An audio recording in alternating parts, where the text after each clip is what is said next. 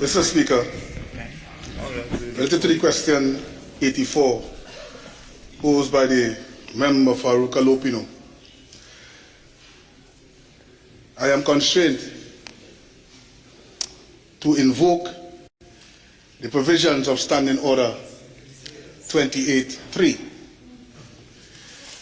of the Standing Orders, Mr. Speaker, out of deference for the work of the Trinidad and Tobago Police Service.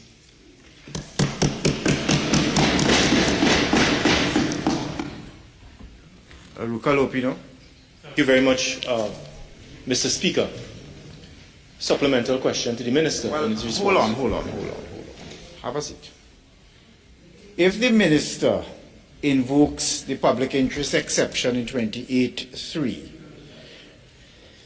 and 28.3 is very clear, a minister may decline to answer a question if, in his opinion, the publication of the answer would be contrary to the public interest. What possible supplemental question could arise from the blanket invocation of the public interest exception? I need you to justify why a supplemental question arises in those circumstances.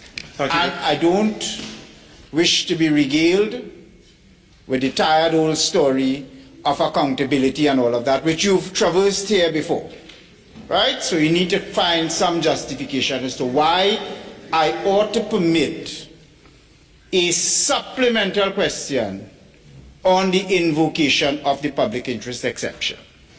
Mr. Speaker, and I'm required to direct it to me. Mr. Speaker, on a point of clarification. Yes. Mr. Speaker, we had questions on notice.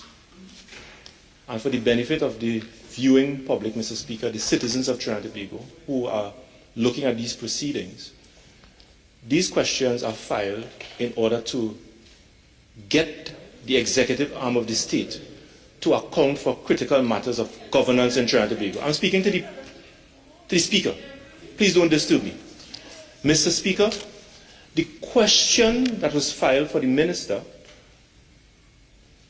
was basically to ask the Minister whether persons have been charged under the Anti-Gang Act since the state of emergency, and whether anyone has been charged in relation to the alleged plot to murder senior law enforcement officers in Trinidad and Tobago.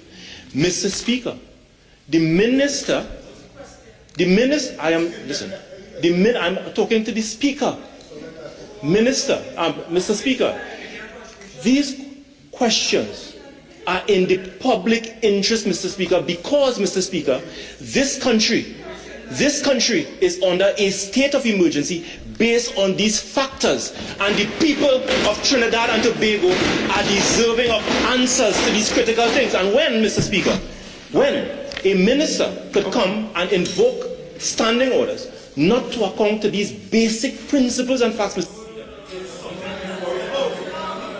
All right. I think let's take it from this angle, okay?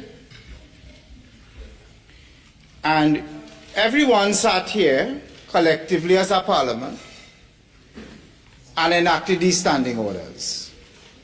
The public interest exception, which allows a minister to decline to answer a question, whether in writing, orally, or urgent, appears numerous times in these standing orders.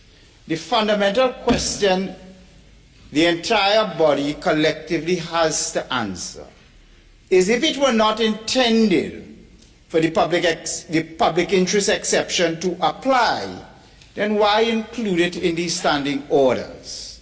The fact that it was included in standing orders, and it appears repeatedly. If you wish me to go through them with you, I can. Okay? There's an exception in the urgent questions, there's an exception in the written questions, and there's an written answers, and there's an exception in the oral answers. So each tier of questioning, the Parliament collectively as a body has given the minister the residual discretionary power to refuse, to decline the answer. I don't want to say refuse, because that's a strong word. But the neutral term will be to decline the answer. Can I just allow my Madam Deputy to sit whilst I... Decline the answer on the basis that it will be contrary to the public interest. As I've repeatedly explained before, the invocation of the public interest is not a binary process.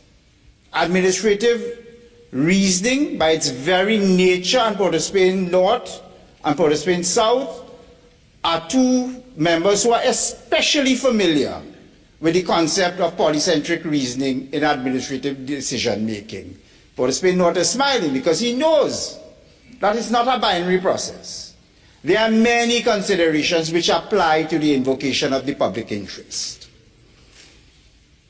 I see you looking at the clock, but it is you who invited this ruling, on it. Because I told you, and I've repeatedly said it before, I, as presiding officer, I do not have the power to go behind the invocation of the public interest exception which is contained and littered all across these standing orders.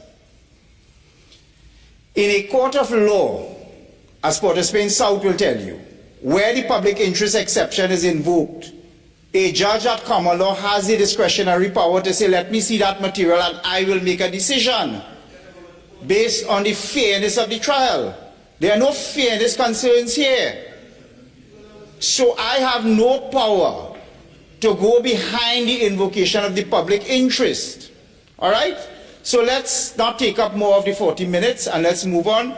The invocation of the public interest seems to be an absolute bar, the way these standing orders are constructed. So let's move to the next question, which will be question number 85.